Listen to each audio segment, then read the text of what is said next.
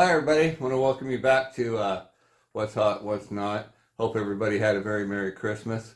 And I didn't make it out a whole lot this week because of Christmas and the weather that we've been having. But I did make it out last Friday, went up to Bullard's Bar, like I said I was going to. And much to my delight, the size of the fish up there. Normally this time of year we'll get maybe, 8, 9 inch fish. They're pretty small, which are pretty good for canning.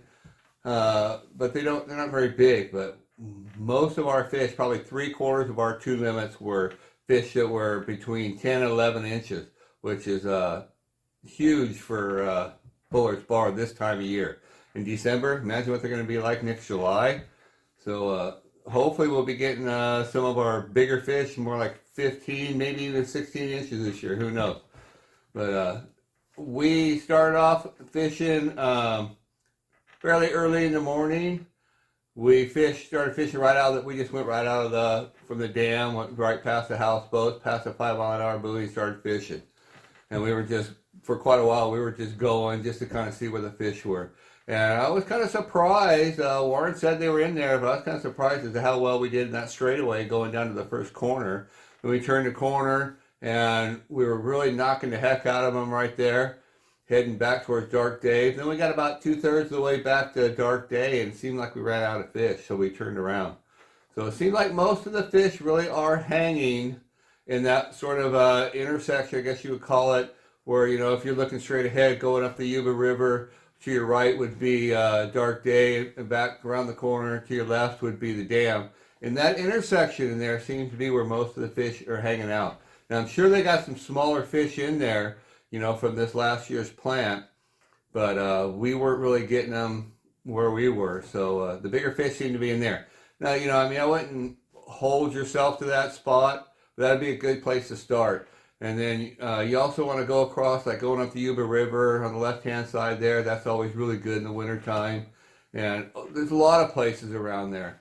Now, with all these rains we're getting now, I would say you want to maybe look for wherever we got water coming in. It doesn't have to be a creek. This could be some water running off the hill. But any place where there's water running in, it's probably going to be a little bit warmer. Probably going to attract, more bait and more plankton. And you're going to have better fishing in there. Now, as far as depth, we were good catching them mostly. We started off early in the morning. I was getting like 20 feet, 25 feet. And then as the day wore on a little bit, I got them as deep as 40, but most of them seemed to be about 30, 35 feet. And I was using the Brad's cut plugs, the Pink Magic, and the Hot Melon, which is a new one this year that I wanted to try.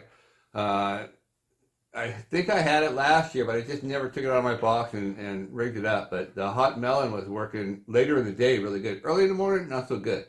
And I got a video out on that, so if you haven't seen it yet, be sure to watch that. Let me show you the lures and the blades that we were using. So here. Okay, these are the blades and the cut plugs that I was using. This one here is a gold blade with pink and purple stripes on it. The numbers on it are 1005L. And this is a Chilean Sunrise, and it is an even 1000 on the numbers. These blades are by Paulina Peak Tackle. They're very good blades. My kokanee fishing has really improved when I started using these blades, so I highly suggest them. And then I was using the Hot Melon. This one was working really good later in the day, and the Hot Pink, which it works all the time up there at Bullard's Bar. But that was it. There you go, guys. Okay, those are the blades. That's our rig. Now, mostly I'm going back about maybe with that blade and those maybe 16, 18 inches drop setback on my leader, which seems kind of long, but when you got those cut plugs spinning and then you got the Dodger going back and forth, that's a lot of action you're putting on it. So if you get it too close, you're going to get too much action. You're going to wind up, you'll notice you're foul hooking fish instead of getting them in the mouth. So you want to stay back a little bit compared to other lures and other blades. So I don't have much else this week. It's pretty much Bullard's Bar for me. Collins Lake's mudded up. Orville's not going to be fish. Even if it's going to fish well, it's not going to fish well right now because it's got too much water running in. When the water's coming up too fast, I've seen it in the past where it's rising like a foot a day, and it just seems like it shuts the bite off.